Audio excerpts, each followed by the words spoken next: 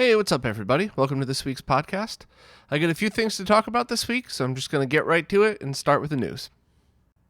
First up, I created a post about my panel with Lon from Lon.tv regarding FPGAs and the introduction to how to use them for gaming.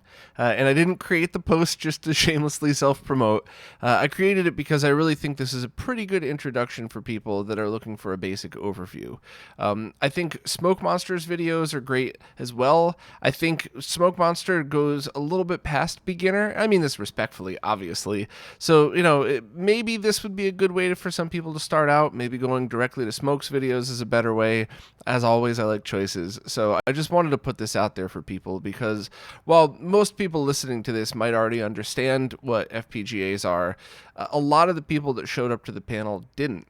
They just heard the term and wanted to learn more, which was really exciting, by the way. I love when people just have that, have that desire to learn. And I really think that Lon and I did a decent enough job doing that. So, please, anybody, if you want to introduce anybody to FPGAs, check out this as well as Smoke's videos. And also, I did make a giant bonehead mistake. These things were live. I love doing live panels, but they're not scripted. And at one point, I said that the SNES special chip cores were ported over from the SD to SNES.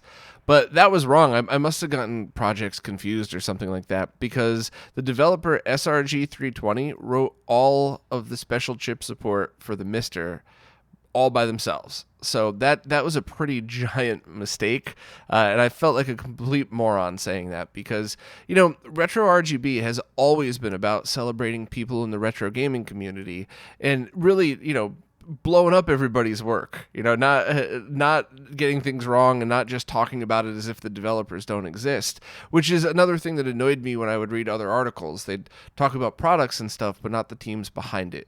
So mistakes like this bother me twice as bad. It's also kind of funny because every time I've made mistakes like this in the past, whenever I reached out to the developers to apologize, every single time they were like, yeah, I don't care. So I think I feel worse about it than other people do, but it still was worth mentioning because I just, that's RetroRGB is about getting that stuff right. So I'll try my best in the future. There's always going to be mistakes. In every video I do, there's mistakes. In every live appearance, there's a million. But everything is a little bit different live. So coming to these panels and having that direct interaction is really just a totally different way of experiencing this stuff. Live streams and comments are great too, and I really enjoy doing that. But the live stuff is always just my favorite. So my apologies to any of the developers. A huge thank you to my friends who pointed out my bonehead mistake politely and got it in time so that I could post an apology on the video before internet conspiracy theories started. There's always occasionally that, what's Bob's agenda in purposely getting this wrong? It's obviously never like that. It's just, everybody makes mistakes and I make more than most. But anyway, shout out to Lon. Really was honored to be part of that panel with him, and I genuinely think we did a great job with this. So check out my video with Lon and Smoke Monster's videos as well, and hopefully this gives everybody the answers they need for getting started with FPGAs. Next up, Matt from Video Game Perfection is now selling SCART to JP21 and JP21 to SCART adapters. And when I saw the post, I realized I'm not sure if I have clear info on the site about what those are. And even people getting into gaming now with full SCART setups might not quite realize what that is. So I'll give the short version as to not bore the experts. But both SCART and JP21 are, I believe, the only standards in the world that allow you to get RGB, at least from classic consoles. Surely they're the only ways that you are able to order cables and just get direct RGB, which is why we're stuck using them. JP21 looks identical to SCART, except it's a different pinout. So you can't plug one into the other, and it's not good. I don't know that if the, I think the direct voltage signal is on the same pin, so I don't think you would do something like blow out a switch, but it's not good because the colors are on different pins. Not everything lines up. Like, don't ever plug a SCART into JP21 or vice versa. But luckily, there's a few different ways to get converters. Video Game Perfection, Retro Gaming Cables, and Retro Access all has their own converters. And even things like if you have a switch of SCART and you want to go into JP21, they have SCART cables that, with one end is JP21. I mean, there's really a solution for every scenario scenario available. So I just figured I'd put the post there in case anybody didn't realize there were different standards, as well as people that might not realize how many good solutions there are if you need to convert one or the other. And it's also my opinion these days that unless you already have a completed JP21 setup, it might be overall more cost effective and possibly even a quality upgrade to just get new cables, which I know that's upsetting to a lot of people, but I have a bunch of friends that started out with this, getting JP21 cables from Japan for use with their consoles, and they had, let's say, 2 or 3 of them, and they were great. But now they want to switch to an all SCART setup because everything else out there is SCART. So getting these adapters, it might actually just be easier and cheaper overall to get direct new cables. So just my opinion. If you're a JP21 user, you know who you are and you know what setup is good for you. So just wanted to throw my 2 cents in there. But tons of options for everybody, and hopefully a somewhat decent explanation as to SCART versus JP21. Linus Tech Tips recently did a video on the Virtual Boy and borrowed some of my equipment in order to do this video, so I wanted to post about it for a couple of reasons. First, they did a great job.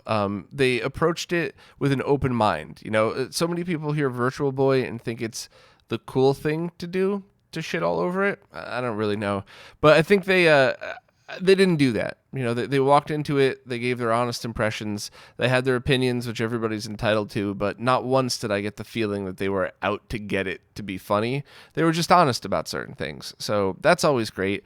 And the other reason I wanted to post about it is because I just wanted to make sure to highlight everything that was used in that. Once again, because I always like to highlight the developers behind it. So that's my Virtual Boy had 2 virtual taps in it. That's the kit from Furtek, and one of them's RGB and one of them's VGA. So that was a dual outputting Virtual Boy. It was connected to each other via a link cable provided by Kevin Mellett, and it was using 2 Flash Boys by Richard Hutchinson. So I just wanted to make sure to highlight all of the awesome people behind the scenes that worked on this stuff. And, you know, shout out to Linus Tech Tips for actually doing a good video on Virtual Boy. Who would have thought mainstream channels were allowed to do that? I just posted an interview with my friend Beast, but it's more of a conversation with 2 friends hanging out type of interview. And I really thought that it would be something that other people would enjoy, because I met Beast a while back and I started hanging out with him because he's a fun person to hang out with. But as I got to know him, I realized he's just a wealth of knowledge of random arcade stuff and Japanese gaming and all the cool stuff that we talked about in the interview. So I wanted to share that with everybody else. And I'm definitely going to be doing a lot more interviews like these, very laid back, just people talking type of stuff, because there's so many awesome people I've met in the retro gaming world that I think would have a lot of entertaining things to offer in an interview. Even though they might not necessarily create products or anything, I still feel like it would be fun to talk with them and kind of share those people, the people that I've gotten to know, with all of you. So, you know, if anybody has any giant objection to long-form interviews on this channel, I'll gladly start a second channel for it.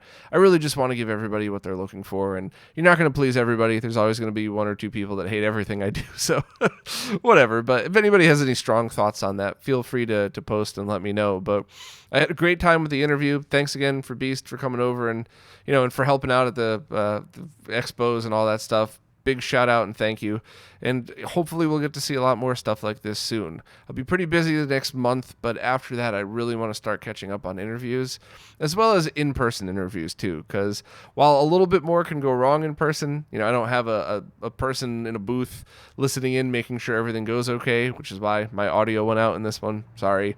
But, you know, the whole dynamic's differently when you're just sitting down hanging out with somebody. So hopefully I get to do a lot more of these coming up within the next few months, and hopefully you'll all enjoy them. SNES hacker Vitor Villela has just added Contra III to the list of games he's patched with SA-1 support. So for people unaware, SA-1 is a chip that was found inside certain Super Nintendo games that offloaded a lot of the processing power from the CPU onto this chip. So you could essentially, with enough time and patience, hack most Super Nintendo games to offload their power onto this as well, making things like slowdown significantly removed, if not completely gone, and adding different features and stuff. So I haven't had a chance to play this personally, but I watched the video on it, and it looked really awesome. So thanks so much to Vitor for making these. He's got a GitHub out there with all of the information he has in order for people to try this themselves.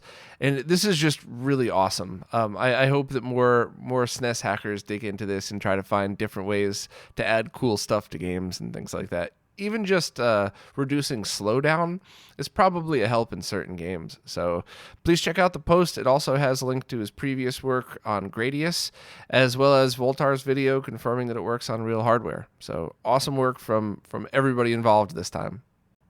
I know I'd mentioned it before, but it is 100% official now. I will be presenting a panel at Portland Retro Gaming Expo Saturday, October 19th at 6:30 p.m. in Auditorium B. So I am absolutely thrilled to be part of this. I have so many friends out on the West Coast that I've been talking to for years that I call friends that I've never met in person before. So I finally get to meet a big chunk of those people there. I will be there all 3 days.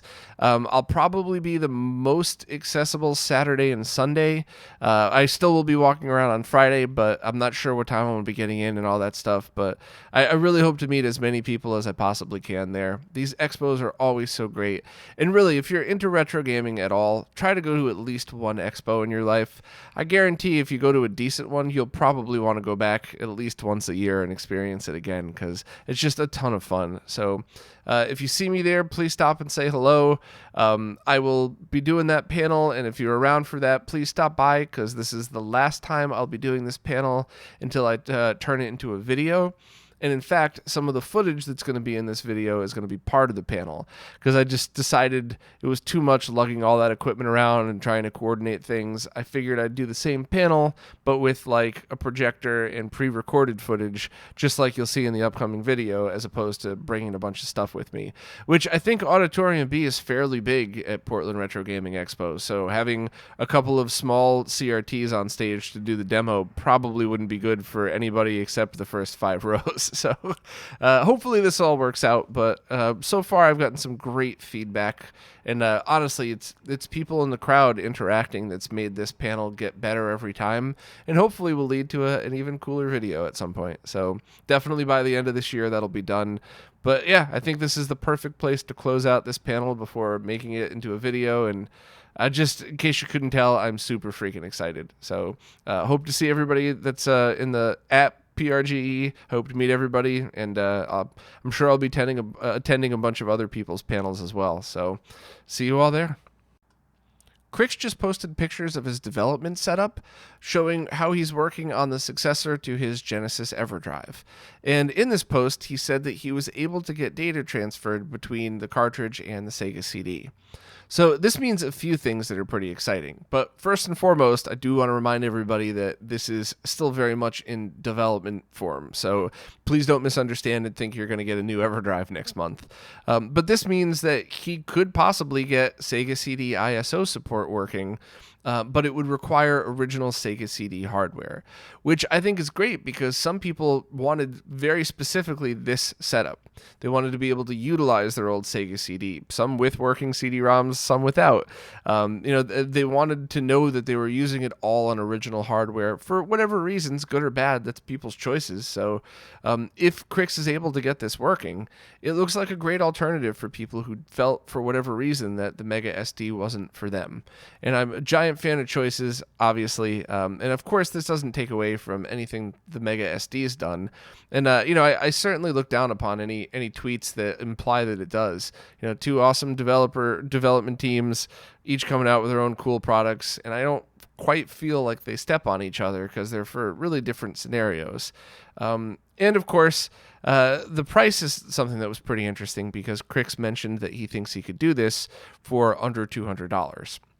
Now, this is probably largely in part to the fact that he doesn't need to FPGA recreate all of the Sega CD hardware like Terra Onion did, but it's still pretty cool because, once again, if you don't have any Sega CD hardware and you want to experience this stuff on an original Genesis console, the Mega SD is perfect. But if you already have a Sega CD, especially one that's working, and you already have all this stuff and you just want to occasionally play an ISO, this might be a better choice, especially at the price. So time will tell if Krikzz is able to finish the project. He's obviously got a great history of putting out some pretty incredible stuff. But, it's just one of those things where development for these products is always harder than people think. So I'm going to very patiently just wait and see what happens. And if he's able to pull this off, I'm definitely picking one up because I'm really interested to see how it performs. So big shout out to Krikzz for sticking with this and getting us more options for Sega CD right after a time where we had nothing. So it's a very exciting time to be a Sega fan. The game Pinball Dreams is now available to download for the Amstrad CPC computers, and I guess the development team behind it had licensing issues, so rather than try to sell it, they just released it for free for everybody, which is awesome for any Amstrad users. And it looks like an awesome pinball game, and certainly gets the thumbs up of Vanessa, who wrote the article. So if you're interested in any of this stuff, no reason not to download and check out an awesome free pinball game. There's a new ROM card available for Dragon 32 and 64 computers, as well as the Tandy Color Computer 1 and 2, and even the Draco 64 line of computers. And this thing seems to be much more than a ROM cart to me, because not only can you play the cartridge-based games, it's got a bunch of pretty cool features. Like when you plug it in, it'll auto-detect which computer you're using and load the correct files based on that, so you don't have to flip a dip switch or anything when switching between the computers. But it also seems that not only will it play cartridge ROMs, it has the ability to stream tapes from real cassettes and emulator files. So that way you could do things like back up your cassettes for the Color Computer 2 and play them through this. Anybody under 30 is probably thinking I made a mistake, but no, cassettes. That's right, audio cassettes. I used to have a little audio cassette player that, doubled as a mono audio player that also would go into my Color Computer 2 to play programs and stuff. It's a pretty innovative and ridiculous time of computing, to be honest, but it's pretty neat that this handles all of that. And one of my low importance pet projects I've been wanting to do is restore a Color Computer 2 that I picked up cheap off of eBay, because that's something that I had when I was a little kid, and it's what I wrote my first program on, and there's a bunch of pictures of me as a kid with it, and I just think it's pretty funny because I started out so young typing on that thing. Now here I am still full nerding out on everything. So I'm definitely going to look into picking one of these up and maybe include that in the video. Video Game Perfection has them in stock now for anybody interested, so just check out the links and pick one up. Greg Collins just posted more 3D printed designs for his Gswitch bumper cases. And these are the 3D printed plastic cases that go around a G-SCART or G-Comp switch, making it feel like, to be honest, it really makes it look and feel like a brand new enclosure. I really liked the plexi look of the G-SCARTs, but having this wrap around it is pretty awesome. Also, there's two types of the design. There's the one full design, and then there's a design where it's split in half. So for people with smaller sized 3D printers, you just print each half and then put them together in the middle. And these designs are available for free to download for anybody with their own 3D printer, and also available to purchase directly from Greg on laserbear.net. So if you don't own a 3D printer, please support the developer that makes and gives away all of this stuff for free. I certainly did. In fact, I just racked up a big bill on his store, buying pretty much everything I didn't buy or that wasn't available the last time I was up on LaserBear. So, definitely peruse his store because he's got a bunch of really cool stuff on there. And if you own a G-SCART switch, unless you already have it in a setup exactly the way you want it, consider buying one of these because it's just so cool looking. And it's not that expensive. I believe they're like $20 each or something like that for the bumpers. So yeah, sure, you get the dust protection, you get the bumper protection on the side, but I just love the way it makes it look. So if you're interested, check out the link. And once again, it's laserbear.net to buy them directly from Greg. Well, that's it for this week. thanks for watching. Thanks for listening, participating in the comments, and I really hope to meet as many of you as possible at Portland Retro Gaming Expo. In case you didn't tell from my rant before, I'm super excited about all that. So thanks again, and I'll see everybody next week.